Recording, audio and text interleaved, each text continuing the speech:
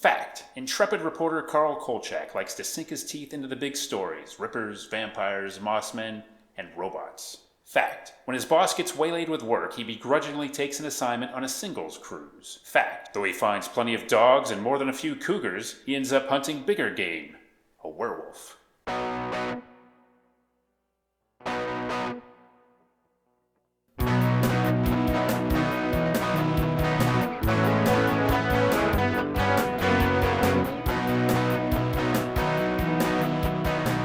Battle of the Network shows. Join Rick Brooks and Mike Kogel as they explore the TV of the 70s and 80s through hand-picked episodes of their favorite and not-so-favorite series.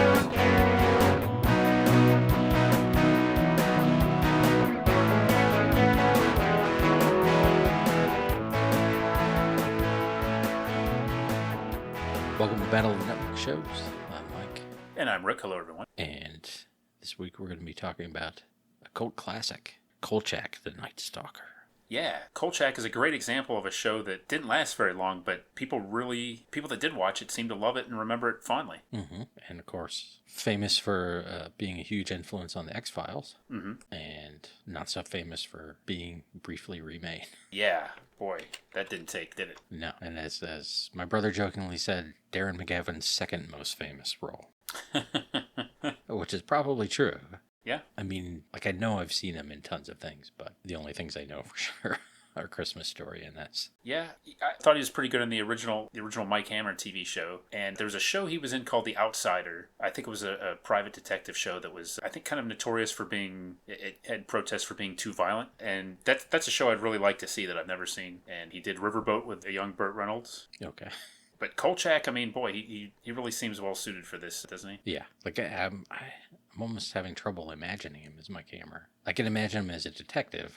Right. But the qualities I like about him don't seem like Mike Hammer qualities. Well, as I recall, that Mike Hammer show used an almost like trying to be poetic voiceover too. You know, Kolchak relies, on voiceover, like in a good way. And that's maybe one thing that the roles have in common. But yeah, I mean, you wouldn't necessarily, especially if you see the Kiss Me Deadly movie with Ralph Meeker or Stacy Keach's Mike Hammer, you wouldn't necessarily see Darren McGavin fitting into that in a neat line. But yeah, it was an interesting show. But Kolchak, I'd like to give a shout out, Mike, to one of our Facebook friends in the Battle of the Network Show's Facebook group, John Holland. We've mentioned him on the show before, and he's made some good suggestions. But he was the one that really kind of confirmed that we should do Kolchak this season. He had watched the TV movies and kind of nominated that we do it this season. So thanks, John, for giving us a good reason to kind of dive into the Kolchak TV series. Yeah.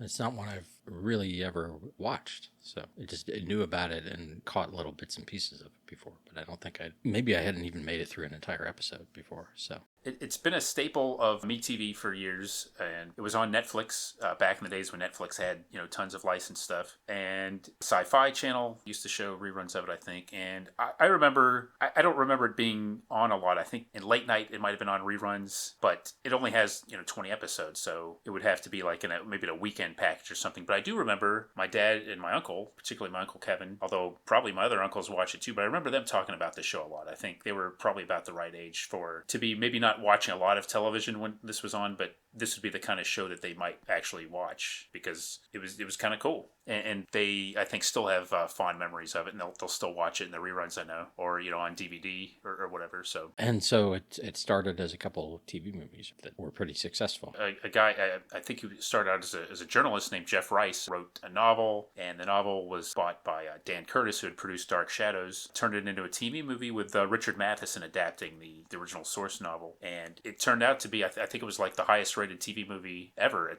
when it first aired, and it did so well that there was an inevitable sequel called The Night Strangler, and they were going to do a third TV movie, but then I think it was ABC that said, hey, why don't we just do this as a series? And so it became a TV series. Like you said, only lasted one season and not even a full season, right? Because McGavin wanted out. Right. It was the 1974 to 1975 season, and this is something that kind of interests me.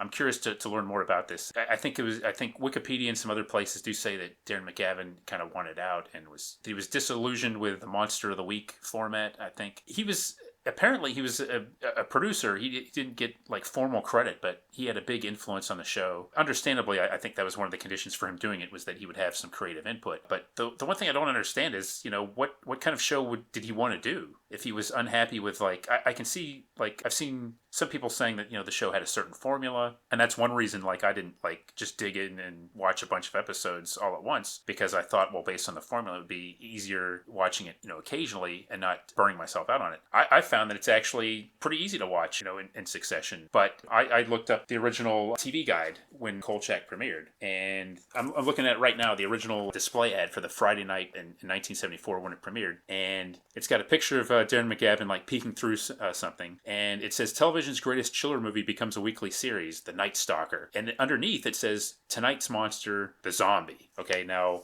actually what wound up airing was a Jack the Ripper episode, and the zombie was next week. But just the fact that they say in that ad tonight's monster indicates that right from the beginning they knew it was going to be a Monster of the Week show. So I really don't know what all the hubbub was creatively over the show, but it does seem clear that McGavin didn't want to do it, and it wasn't tearing things up in the ratings in its Friday night time slot, so they just pulled the plug on it. Yeah, I saw a short interview pretty recent with David Chase, and he was on, I think it's called Joey's Joint with Joey Diaz, who is an actor, and I think he might be a comedian, he appears in the Many Saints of Newark. But they talk about Kolchak a little bit, and he says he had fun doing it, and I think that was his first job, really. But he says Darren McGavin was trying to think of a good way to a jerk, we'll say. He said it in a more colorful way, but yeah. Can imagine. And that as the season went on, he wanted more and more control. And Chase felt like the show got sillier. So I don't know, maybe McGavin wanted to be more comedic, or, and Chase also says that the original producer who hired him, who might be the co-writer of the episode we're going to talk about, because he says Paul got fired, and they brought in somebody else who said things like, is there a reason vampires can't go out in the daytime? As a way of saving money, because so much was shot at night. And yeah, so that's interesting. Almost sounds like a Columbo situation a little bit. Yeah, and I've read elsewhere about McGavin having a reputation for being difficult. And, if your show's not tearing it up, I mean, you don't need to give much. You probably didn't need to give everybody a reason to cut it short, except probably a lot of the people that were working on the show, that appreciated having the paychecks. But sure, yeah, but whatever. There must be a definitive book out there about this. There's several. I think at least one is like out of print, one that I was interested in, kind of looking at. And our friends at Kino Lorber, who we mentioned before, I think in the past year released a big fancy Blu-ray set that's loaded with audio commentaries and behind the scenes, featurettes, documentaries, like mini documentaries, I think. So there's probably a wealth of information on that Blu-ray set, which I do not have, but because of the cult status and the fact that there are a lot of talented people involved, I think there probably is a lot of information out there about it, which maybe someday I'll kind of dig more into it. But there's probably a lot of interesting behind the scenes stuff on this, I'm sure. Just his wardrobe choices. I want to know more about that. We'll talk a little bit more soon. But, I hope Darren McGavin wasn't too difficult, because I enjoy his acting so much. Yeah. I want to believe he was an okay guy.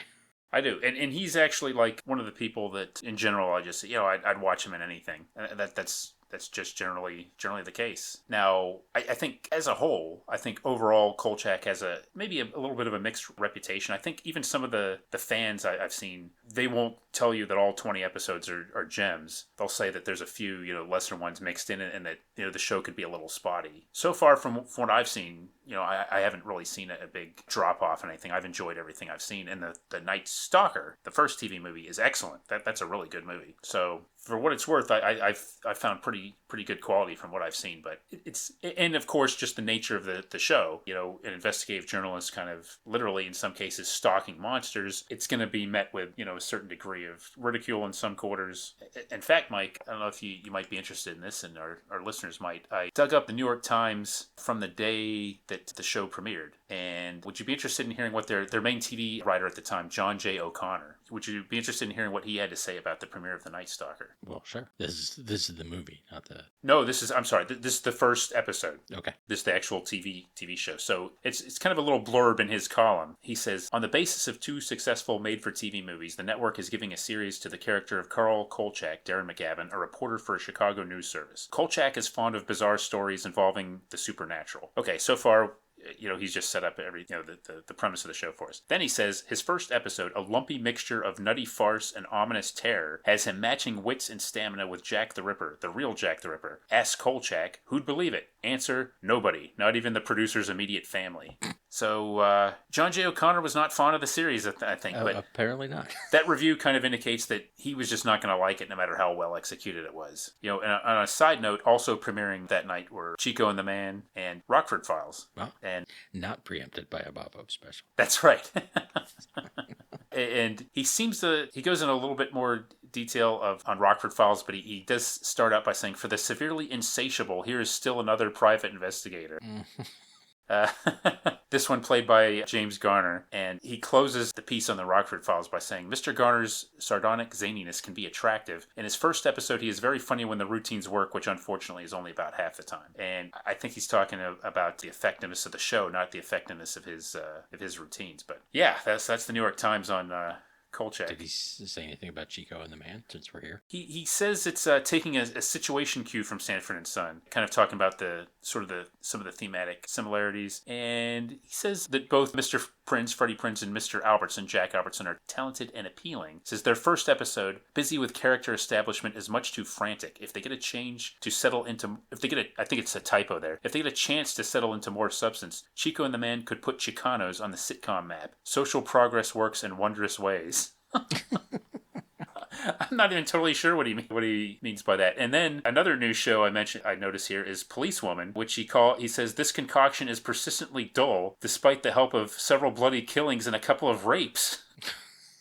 Wow. So read a book that night, I guess. Yeah, that's what he's saying. Yeah, and you probably won't be surprised that he doesn't seem very high on the premiere of the Planet of the Apes TV series either. Yeah. He closes that by saying, believability seldom is a key ingredient of success on television. Wow. Okay, one more here. Another new premiere, Kodiak, which starred Clint Walker, our friend from Killdozer, of course. He says, this disaster, starring Clint Walker, is filmed in Alaska, where Kodiak is a member of the state patrol. The opening episode has something to do with the theft of an $80,000 payroll. There is much howling wind and spraying snow. Mr. Walker's frozen method of acting effectively complements the setting. The result is about as interesting as watching a large block of polluted ice. Ouch. Wow. So that's about 5 or 6 shows that John J. O'Connor dissed in this column on one Friday night in September of 1974. Yeah, and young Gary Deeb was reading with admiration. I would go ahead and say that I think we're going to be a little bit more positive on Kolchak today. Yeah, I think so. So the episode we're going to be doing is called The Werewolf. Yes. Part of our logic for choosing it was we've done vampires a couple times. Mm-hmm. We've done a Frankenstein. It's time for a werewolf. Exactly. And we've done mummies on Spider-Woman. That's right. Yeah. I was going to think if the Hulk episode we did got into mummies, but it didn't really go there. No. I was thinking that too, but had, King Tut stuff, but...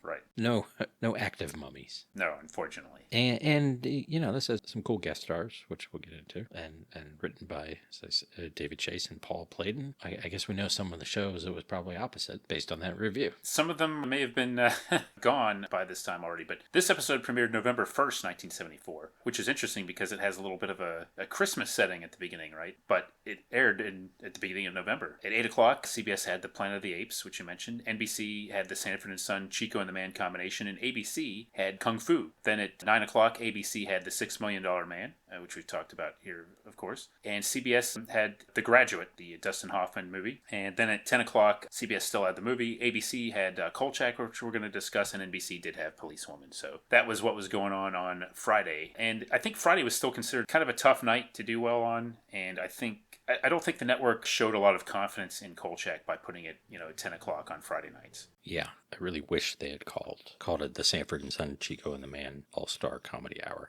or something like that. Some of that Saturday morning energy could have gone into sitcom blocks like that. That's a great suggestion. I even John J. O'Connor would have loved that idea, I think. That's a good one. That surely would have been a one. So, as you said, it actually starts at the end of the story, as many of them do, with Kolchak in voiceover sort of foreshadowing what's going to happen. And he's sitting on some docks near a cruise ship, and he says the reader might find this story insane, but here are some facts. Then he starts fact and talks about, and they show like newspaper articles that a family had been slaughtered in Montana and supposedly by wolves. And fact, the last seen wolf there was 1948, and that in the history of the continent there was not one documented attack by wolves on humans. And then we move back to this Christmas party you mentioned at the INS, or the International News Service, which to me, that's like a really cool detail of the show, that he works for this wire service. Yeah. Which seems very small, but I mean, it does have a New York office too. Yeah, I mean, I guess that they're just like a branch office, and maybe like the top brass seems to be, based in, I guess, New York or whatever. In the first movie, he's based in Las Vegas, and then I think in the second movie, he's in Seattle, and I don't know if they did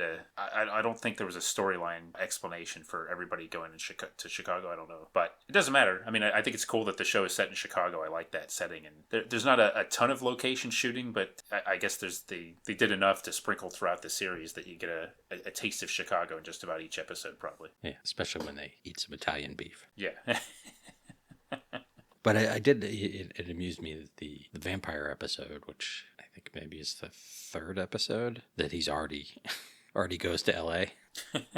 Like, oh, yeah, that didn't take long. Yeah.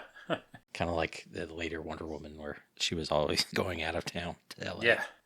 So they're having this Christmas party. It's also a going away party because the editor, Tony Vincenzo, is finally taking a vacation, which is also it's a working vacation, though. He's going to do a feature story on a singles cruise. And I like this editor guy. Yeah. He's a good foil. He is. And, his exchanges with Kolchak are a highlight of just about each episode. He's sort of like, and a lot of times it seems like he presents like the establishment way of thinking, but it's part of it is that it's not like he's an incompetent newsman, but he's protective of his job and and sensitive to losing it. So he doesn't want to irritate the top brass or the authorities, etc. So this often leads to confrontation with Kolchak. And frankly, Kolchak's a pain in the butt. Yeah. If you were in that guy's position and there was a guy coming to you with stories about vampires and robots and werewolves and constantly breaking minor laws, right, you might get annoyed too. And actually, well, we get into a little bit later in he's kind of like an anti-authoritarian figure. And this, of course, was, around the time of, Watergate, Revelations, and you had Woodward and Bernstein, and sort of that image being developed of, the newsman dedicated to pursuing truth, whatever the cost, and speaking truth to power. And, Kolchak's definitely part of that sort of element. We see a little bit of some of the other people in the office. There's this guy, Ron Updike, or Uptight, as Kolchak tends to call him, who's, I don't quite, he's like a financial writer or something. Yeah, he's got like a regular column of some kind, but there's something. One of the things I saw, I think in maybe the Ripper episode, he like fills in for Kolchak and tries to cover what Kolchak does, but yes, yeah, that one. It's like physically ill, right? And I think I saw him described as supercilious somewhere. Yeah, that's pretty good. Yeah, there's an older woman there who I think Kolchak says is the chief riddle maker, I think. And I know there's also like an advice columnist. I don't know if she's in that episode, but she gets mentioned in the Ripper one because Kolchak gets assigned her column while she's out of town. But anyway, the Tony gets a phone call from New York, and he's clearly upset, and he calls Kolchak in, and then Updike comes in too, but he's like sick, and the accountants are coming, and Tony's going to have to stay, so Kolchak gets to take this trip. And this seemed like a rare instance of Kolchak not wanting to take a story. Yeah. Like he really wanted Updike to take it, but maybe that's Christmas, He's got to go home and give his kid a BB gun. Yeah, that's right. I guess the notion of this particular story, at least the angle that Vincenzo had, totally does not interest him at all. Right, he's interested in the hard news. Yeah, some fluff piece about swinging singles. That's right. And it's also on a ship that's about to be decommissioned, a 1930s cruise ship called the Hanover. So Kolchak goes, and of course he's in his customary seersucker suit and tennis shoes and straw hat, which is quite a striking look. And I did a brief amount of research on seersucker because I really didn't know much about it. And apparently it's much cooler than cotton. It is cotton, but the way it's what makes it different, which you see in the stripes usually, it sort of lifts the cloth off you, so you're cooler. Huh. I guess it's intentionally sort of crinkled looking too. That's part of that. And it made me think maybe I'll get my Rockford wardrobe idea hasn't gone through yet. Yeah. So maybe I'll shift to a seersucker idea. Ooh, I like it. Yeah, it doesn't have to look like white and blue Mm-hmm. like his. Apparently, it can come in any colors, but those are the ones people know. Right. And it started as a working class thing, and then became a preppy thing, Ah, interesting. like a railroad engineer's hat. If you think about that, apparently that's seersucker. Well, the one time I was in Chicago was in the summer. Yeah. And I will say that, you might not think of Chicago having the warmest climate, but it's not always bitter cold, out at Soldier Field, as you might think. Chicago has its share of warm weather in the summer, like anybody else does. So Sure. I don't know if that's a choice I would make in the winter there, but no. He seems to always be wearing that. So Yeah, it suited him in Las Vegas, I guess. So yeah. He's got. I like that. He's got that. He's always got a camera and a tape recorder. That's right. Over his shoulder. So he seems to have had this uniform for quite a while, and also yes. One thing that the movie makes clear is that he's been fired from different locations, so he's bounced around from major markets like New York and I think Los Angeles by the time he ends up in Las Vegas. So assuming this is the same character, he's bounced around a lot, but due to clashes with his superiors, but he's maintained his unique, distinctive sense of style at all these stops, I guess. Yeah, on the ship, he's in his cabin unpacking, and he's been assigned a cabin with another guy played by our old friend Dick Gautier from that Robin Hood show. Yes, When Things Were Rotten. Yes, our Forgotten Sitcoms episode. We paired that with Best of the West. And boy, nothing against Dick Gautier, but I mean, do you really want to be to me, that's a nightmare. Like being on a cruise and being assigned a cabin with another guy or just any stranger to begin with. Right, and it's a singles cruise, so. Yeah, I mean, and Dick Gautier is, I mean, he's embracing the concept of a singles cruise, let's say. Yes. I'm just surprised that there's so many double occupancy cabins. Yeah. So his character's name is Mel Tartar, and I think he has a couple distinctive features. One is he's always talking like this, man. He's, like you said, he's embracing the lifestyle, and he's wearing a giant necklace with a giant key on it. Yeah. Which I assume means something, but I mean, it's helpful later. As a little symbol of something, but and he's already been checking things out, and it's the usual 40% divorced, 50% deceased, and 10% delightful. And one thing I enjoy about this episode that's different from most episodes is that there are a lot of people talking at Kolchak, and he's not following what they're saying or not paying attention to what they're saying. And usually that's what he does. Like when he talks to Tony or he's rambling on about some story that's going on, nobody's listening to him. But this, he's getting overwhelmed by these people and just kind of I like that observation a lot because it did strike me that as annoying as this Mel character could be, I actually kind of thought, well, we learn a little bit more about him later. I thought it's kind of cool that he's not put off by Kolchak's indifference to him. It seems like a reasonably good sport. Kolchak really has no patience for it or just no interest in it at all. But he's just kind of going with it, but doesn't take offense at anything at Carl's obvious disinterest in what he's saying. Right. So it's well, at least he's a good sport about things. Yeah, and he's also, he kind of, doesn't he call, he calls, instead of the fourth estate, he calls it the fifth column. Oh yeah, you're part of the fifth column. Now that, Kolchak does respond to that. Yeah. He's no, that was a Nazi. And he's got a lady friend named Wendy, and they mentioned someone named Paula, who we're going to meet later. They're trying to set Kolchak up. So already they've got something, some little scenario set up, with apologies to Bill Maxwell. Oh, I want to see Karl Kochak and Bill Maxwell butt heads. Yes. That'd be great. He's caught on to this superhero story. Man, that would actually be, that would be a great crossover, really. Yeah, too bad. Too bad it can't happen. Yeah. And then we meet another passenger played by Eric Braeden of soap opera fame. More like Eric Bruden, am I right? Oh, yeah. Did you, as soon as he showed up, did you peg him as the werewolf? Unfortunately, I think maybe a credit list or something, he was credited as the werewolf. I think it might have been in parentheses the werewolf, so I knew it right away. Right. They're not really hiding it too much. No. Yeah, he's playing Bernhard Stieglitz. At some point we learned he was in NATO, some sort of NATO soldier or something. But he wants his room alone, and the purser George is trying to get him to maybe trade rooms for a little money. And as we learn more about George, that makes a lot more sense. Yeah, he's a bit of a hustler. Yeah, he's no gopher. No. Gopher wouldn't be doing that kind of underhanded business. That's correct. And Braden's character, Stieglitz, he's very abrasive and just like, no. After George leaves, we see he has a wound on his wrist. And then, as Kolchak tells us in voiceover, at 10:18, the moon had risen, and a woman named Lois Prysock was angry for losing money in the slot machines. And she gets attacked and knocked overboard by the werewolf. Yeah, talk about being unlucky at gambling. Yeah. That's and love. That's a terrible outcome. Right. And we kind of see the werewolf. He's wearing a suit. It's a pretty cool look for a werewolf. Yeah. What do you think about that? I thought it was a little ridiculous, actually.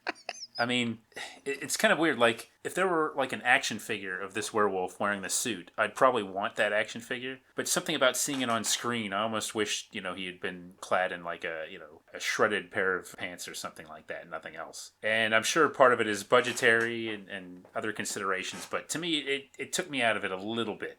I guess it explains how he could walk around unseen on a ship. Yeah. And I mean, that's one thing about this series is, again, they have a weekly TV budget and all the limitations associated with that, and, the limitations of television production at the time. So I think maybe a lot of times when people talk about kind of the inconsistent quality of the series, a lot of it is dependent on the effectiveness of the monster. And not only that, it's probably a little bit less forgiving. Like, these Blu-rays, I'm sure, look great and sound great, but they probably reveal more than, the average person saw watching on their average television set at, 10 o'clock on a Friday night back in 1974. Right, yeah. And, of course, we expect more now. Yeah. And they'll do, like, with any shots of the monster, they'll do a lot of quick cuts, and they'll do things to avoid giving you real good, long, lingering looks at them, too, I think. So after that, there's a dance going on in the ballroom, and we see Dick Gautier cutting a rug. He should have cut that jacket that he was wearing. Cut it in two and thrown it overboard. It was like a Herb Tarlock jacket, right? Yeah. But he and Wendy introduce Kolchak to Paula Griffin, who's played by another old friend, Nita Talbot. That's right. And she is a fast talker and a movie buff. And again, is like sort of just like she's talking regardless of whether he's listening or not. Yeah. I found her very entertaining again. I did too, and actually my favorite scene with her is the next one, so I'll hold my commentary until that next scene, which is coming up very shortly. Yes. So then we see that the werewolf breaks onto the bridge and attacks 3 crew members, and I guess kills them. That's some real mayhem, actually, in that scene. Yes. There's some, I think maybe even some tilted camera angles, and that's a pretty well-filmed sequence, I think, and pretty violent. And I believe there's some, camera, point of view shots from him, from the werewolf, right? Like looking through the window. Right. He does a lot of tossing around of people. Yeah. Kind of like the Hulk. Yeah, exactly. Yeah. Then the horn or foghorn or whatever is blowing, and Paula's talking away to him. And Kolchak is distracted, and then a bunch of crew members leave, so he follows them and tries to con his way further along, but he fails at that. It reveals, though, that he knows that something's off just by the foghorn sounding. He says something like it's an odd time for a drill or something, for a lifeboat drill, and by observing, with that, raising his antenna and seeing, observing the crew members, he knows that something's up, and his instinct is to go chase the story. I like scenes that show the characters being competent and actually having good instincts for what they do. So I really enjoyed that. Yeah, I did too. And he's clearly got monster radar. Yes. Now it also probably helps that he's the one person on that crew's not interested in hooking up with someone. Right. So he's probably a little bit more focused than the others, but still, I give him credit. Yeah. And then there's more werewolf, and there's some sound, or Kolchak hearing sounds of gunshots and stuff, and he gets stopped by this guy Gribbs, and he claims he's the captain's son. I like the audacity of that one. Yeah, and he has a bit of a con man. I don't know that the what's now called ICE, when for a long time was called the INS, but I don't know that it was back then. But he does sometimes use that, his sort of ID and those initials, to make it sound like he's some sort of government official. Right. He'll just flash something and then put it away quickly if he can. Yeah. But then and he goes into the radio room and kind of gets shooed away from there, but notices that the radio man has a big gun with him. And then he returns to the ballroom and cuts in. Paula's dancing with someone. He cuts in and he wants her to do a favor. Is this the scene you were talking about? It is, yeah. I love this. And he tries to appeal to her by, sitting her down and saying, hey, remember across the Pacific Pacific, and with Humphrey Bogart and Mary Astor, and the scene where she had to cause a diversion, and I love that he's laying this out, but she knows that he's full of it, and that it didn't exist in the movie. And he even tries to say, well, what he says, like, if you saw it on television, they probably cut that scene out. Yeah. She's like, I saw it 8 times. Yeah. It never happened. Yeah, and she says, like, look, if you want me to do a favor, just ask me. Don't try to con me. I liked it because it was amusing, and I like that Carl went in with the assumption that he had to like trick her into doing something, and then she's just kind of realistic about it, and she's agreeable to it, but kind of says, look, don't BS me on this, and that she's adamant in what she knows about across the Pacific. Right. So I really enjoyed the scene with the two of them, and they both play it well. And I just thought that was really good. One of my favorite scenes in the episode. And I learned about a Bogart movie I hadn't heard of before. Yeah.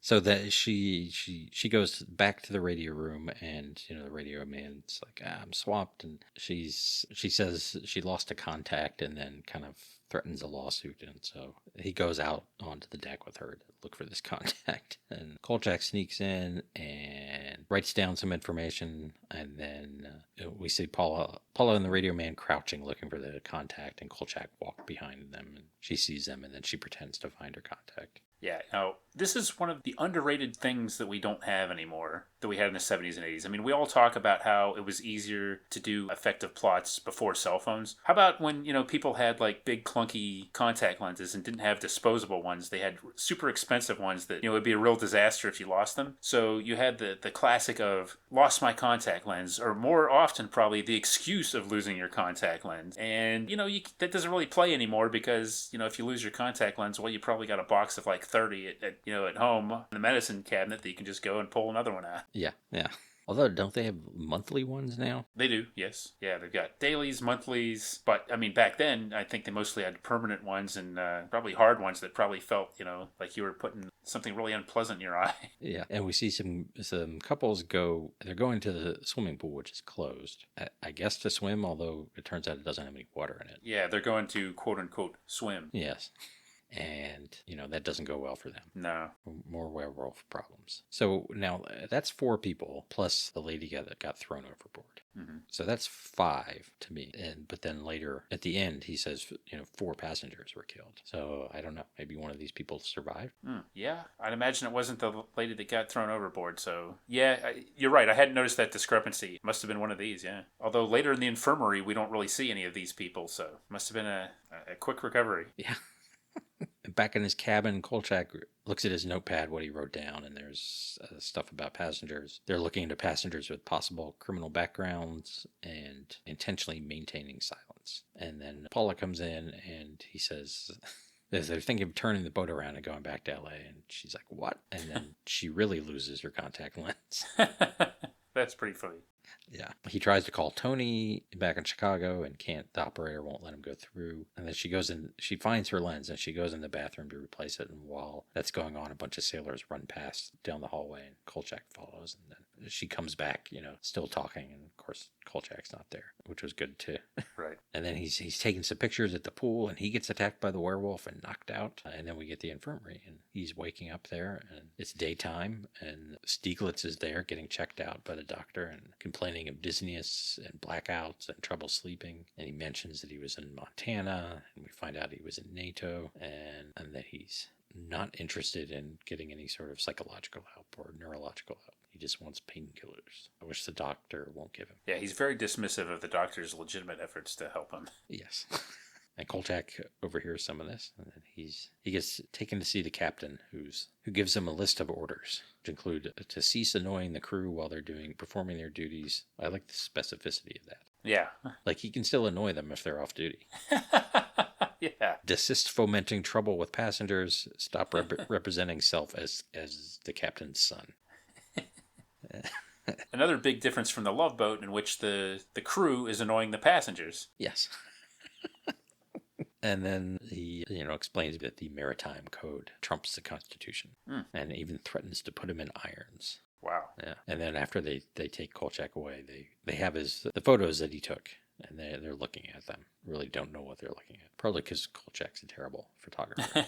Right. It's not like today where every journalist has to, be able to shoot video, take pictures. Right, yeah. And I mean, he really isn't using a professional camera either. No. He's like using it, one your dad would have back then. He's more of a wordsmith. Yeah. And he goes back to the infirmary and finds the medicine cabinet broken. And then he goes and tries to call Tony again, and the operator says the lines are busy, and Paula comes back and says she overheard some Italian stewards discussing wolves, and Kolchak asks if she knows about the werewolf legend.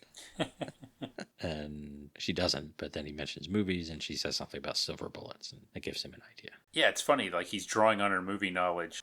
Doesn't he? He prompts her, like, thank you, you've seen a lot of movies, Right. It's a good thing that Universal Studios really explored the werewolf mythology in detail because... Yes, and accurately. Yes.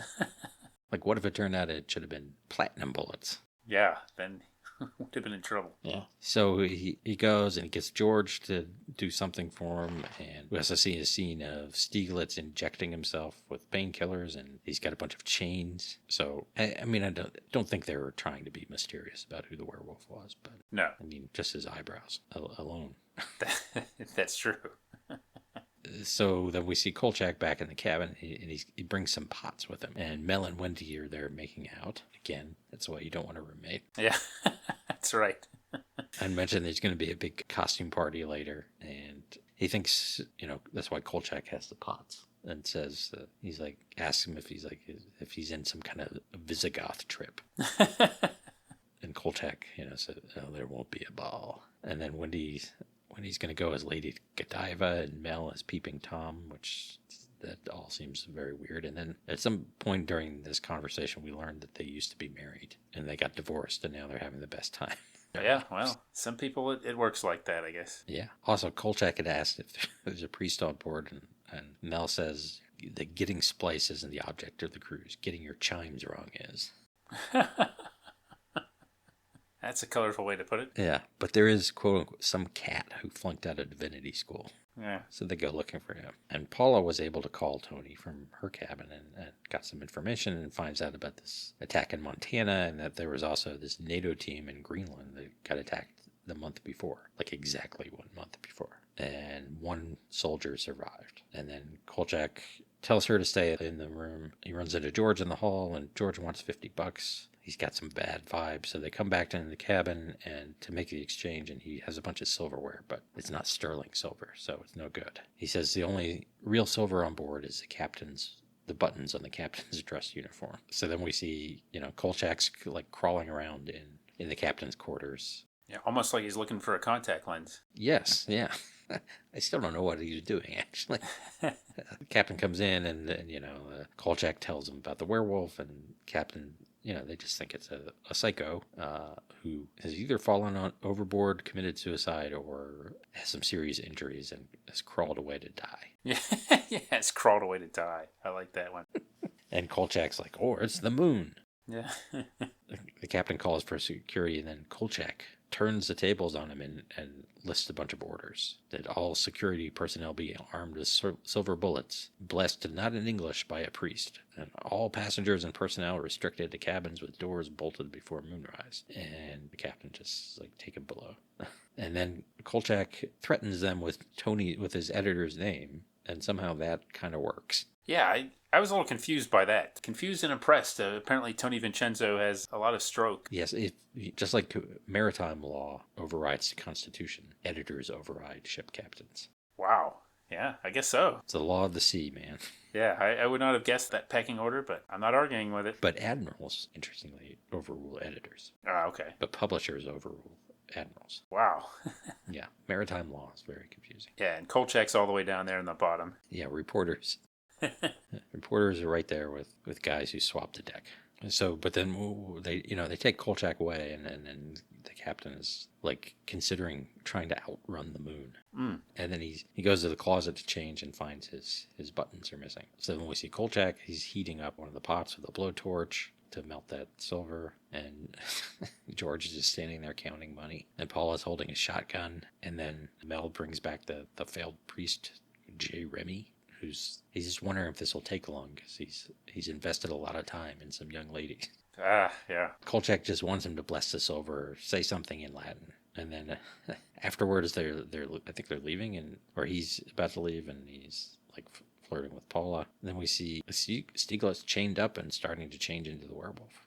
And George is checking on him, and then he breaks through the door and attacks George. Poor George. I don't think he made it. No, I guess he didn't, did he? Yeah. Yeah, all that money. And there's like a cool shot of the werewolf climbing a smokestack. Yeah.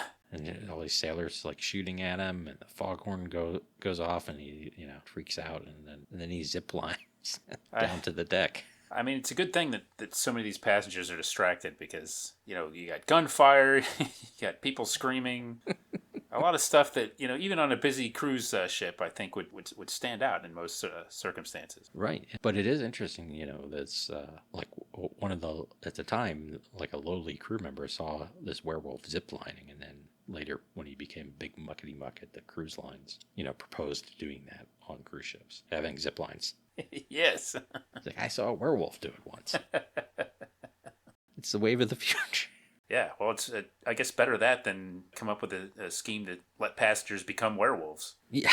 Because that's tough to reverse that. A zip line you can just take down when you're done, when you dock. Right. But once you turn people into werewolves, it's tough to reverse that. Yeah. The insurance premiums are a lot higher when you turn people into werewolves, too. That's right.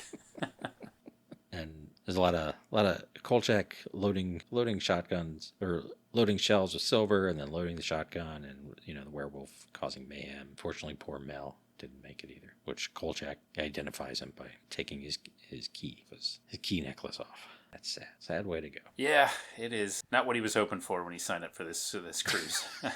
I think of all the wild and crazy things he thought was going to happen, this is not one of them. Yeah, and on deck, the mayhem's still going on, and there's some drunk guy, and Kolchak's like, "Get in your cabin, you dum-dum."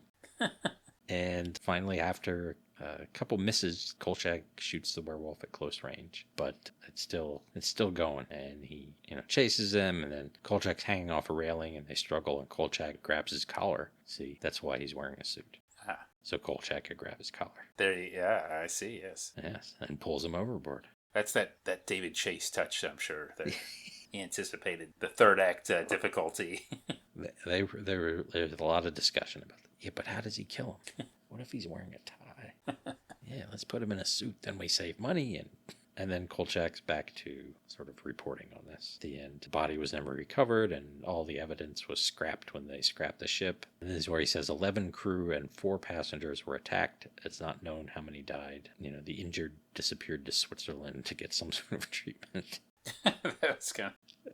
And the company covered up, and of course, there's no story except on that tape, which is often the case for him, right? Right. Sure, he kills a monster, but he doesn't get his story. So again, I count 6 passengers. Yeah. But since there's a lot of cover up going on, maybe that's part of it. Like the lady that fell over the rail at the overboard, they just forgot she was there. Yeah. Or they can chalk that up to drunkenness or something. Yeah, it happens all the time on these single cruises. People fall over the side all the time, unfortunately. Right. Just part of doing business. And I like he does say kind of at the no one but you and I know the real story, and he's got kind of like a bemused attitude about it. I don't know, like with a lot of these things, it's hard to say. Like he's I guess he's sort of become more realistic about the fact that, like, well, what are you going to do? But he has some satisfaction in knowing that he's recorded the actual truth of it, I guess. Even though it's a little disturbing that there's no official record of it, at least he knows what happened. And that's something that I wonder, is he does have a goal of getting the truth out to the people, and he makes a big show of saying that. I do believe that he wants to do that, but ultimately just knowing that he got the story seems to be satisfaction enough. Yeah, and he kills a lot of monsters. He does. He maybe is doing a greater good by doing that rather than just revealing the truth. Yeah, and he literally kills monsters. Yes. Some of the great newsmen of the past, I don't think Edward R. Murrow actually killed a Frankensteins monster. Not that we know of. No. Well, that's actually one of the things I kind of take exception to in this episode. And actually going back to that first movie, because, and often I think because of the ineffectiveness or ignorance or unwillingness of law enforcement to engage with a monster, Karl Kochak ends up oftentimes actually pursuing them and stalking them. But I think in this episode it was a little much for me. I didn't so much like him in that role. Like in the original movie, he winds up kind of having a confrontation with the monster, or is it a monster? We're not sure, but that's one thing, because I'd rather see situations where circumstances make it absolutely necessary. In this one, we see him with a blowtorch. He's actually making bullets. That to me, that's a bit much. And him walking around the boat with the rifle.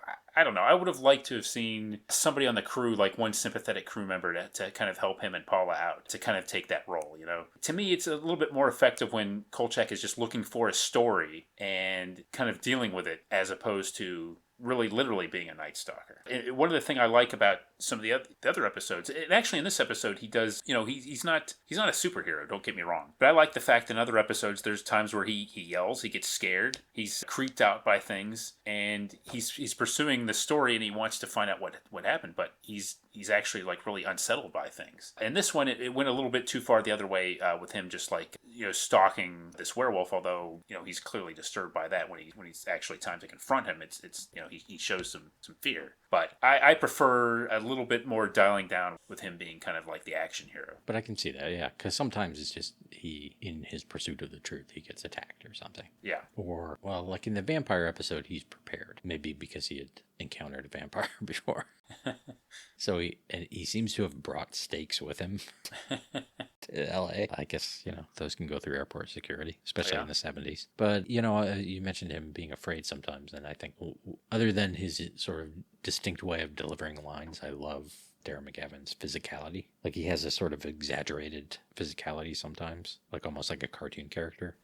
Yeah. In a good way, like a way of running, and part of it's that his costume too, I think. But it's something he has in A Christmas Story too. Yeah, and it's very entertaining and striking. It is. But I take your point. Maybe if Dick Gautier had not died, but yeah, we found out he was really a werewolf hunter or something. I mean, in storyline, it's a really good thing that Kolchak does step up, because nobody else is. Yeah, because of course, as he says, no one would believe it. Right. I mean, there's clearly something going on. Like, even the crew knows that, and the captain know that there's something going on, and they just are kind of taking the optimistic view that they don't have to deal with the threat anymore.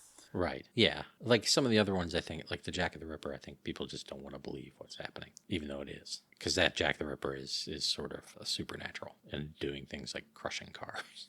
Yes. And he keeps saying, you saw what I saw, and they're just, I don't know. But I will say, I think I will end up watching like 5 episodes, and yeah, I definitely enjoyed it. I didn't enjoy the viewing experience necessarily on all of them, but I enjoyed the show. Of course, a large part of that is him and the writing. Yeah. Probably all of and occasionally the guest stars, like in this one, these good guest stars. Yeah, they get a lot of great character actors. It is kind of cool seeing, different monsters, and I'm not bothered by the fact that, the Monster of the Week format, that's just kind of what's going on. I guess if it went on too long, you would, that would get repetitive, and you might have to have more explanations for why things are going on. But I like the fact that things kind of start over a bit. I suppose if it went on much longer, you would, start to think it would get a little bit harder to understand why more people don't believe him, And this it was a kind of a unique setting. I think one of the cool things usually, and again, probably maybe despite challenges shooting at night, I mean, one advantage of having things set during nighttime, one advantage to that is, you can have it get some moody atmosphere and also show a little bit less. And that's probably works for the show a lot. This was a little bit different in the sense that you do have the nighttime scenes, but the ship setting is different than like the urban landscape that they usually have. And I kind of prefer that, but you still get a really good dose of what Kolchak's about in this episode. I do kind of like more when he's going through like, city streets, dark city streets, looking for what's going on though. Driving his junky Mustang. Yeah, and actually, that's a good point. A lot of scenes of him driving and with the narration. I mean, this is one of those shows where narration is really cool. It's very entertaining. He lays out things without being total exposition dumps, and you get to hear like McGavin doing these these cool line readings, and just his attitude is just it's something. It's hard to replicate, but it's just there. Like the character has this way about him that just makes pretty much anything he says is compelling. And like you mentioned, just what he's doing, just things like walking and other things, it's just a very interesting character. And I can see why it made an impression on people, especially like creative types or right. People who were maybe teenagers. And I mean, I guess it was part of that CBS late night they would run it sometimes, and maybe got cult status there to college kids probably. Yeah, I mean, it seems to me like a cool show, to watch at night, because of like the subject matter and just kind of like that whole nighttime, almost private investigator kind of role, and just some of the darker themes. It's and I've experienced this, just for doing the podcast. You can watch it like at 9 a.m. or whatever, but I think I'd prefer to watch it, like at 9 p.m. at night or even 10 p.m. at night, which is where ABC put it. But it didn't work so well at the time at 10 o'clock at night. But who knows? It seems like it was not destined to last very long anyway, unfortunately. All right. Well, I think that's it for this episode. Any other thoughts? I think maybe we could mention the theme song, which is kind of cool. You get the whistling. It's a really cool sequence that, kind of the shots of, Kolchak alone, like in the news office, which kind of emphasizes how apart he is from everybody else, even in his work environment. And, kind of at a typewriter. And then the song starts out almost with whimsy with the whistling. And then the song becomes like, more stark and the music becomes harsher as the song goes on. And it becomes more serious. I think it's really kind of an underrated theme song and opening sequence, actually. I don't disagree.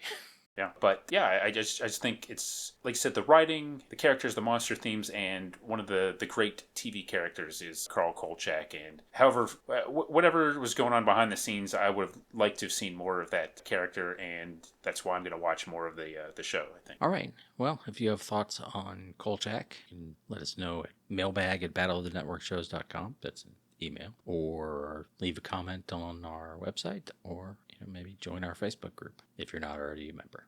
And we talk about all sorts of things there. That's right. Love to hear your thoughts on what you think about this particular episode of Kolchak, Kolchak the series in general, or just any TV from the 1970s, 1980s, and sometimes beyond if it ties into that. But yeah, we'd love to hear from you and welcome you to join us in our group. Also, werewolves. What do you think of werewolves? Yeah.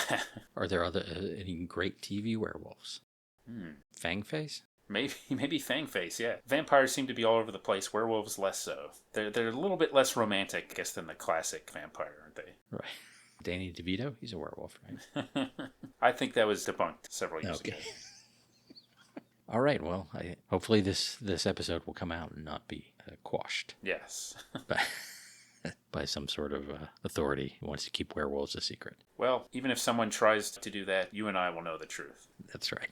Okay. This episode brought to you by Cool Breathable Seersucker. This episode also brought to you by INS, now known as the International Content Exchange, ICE. This episode also brought to you by Fax.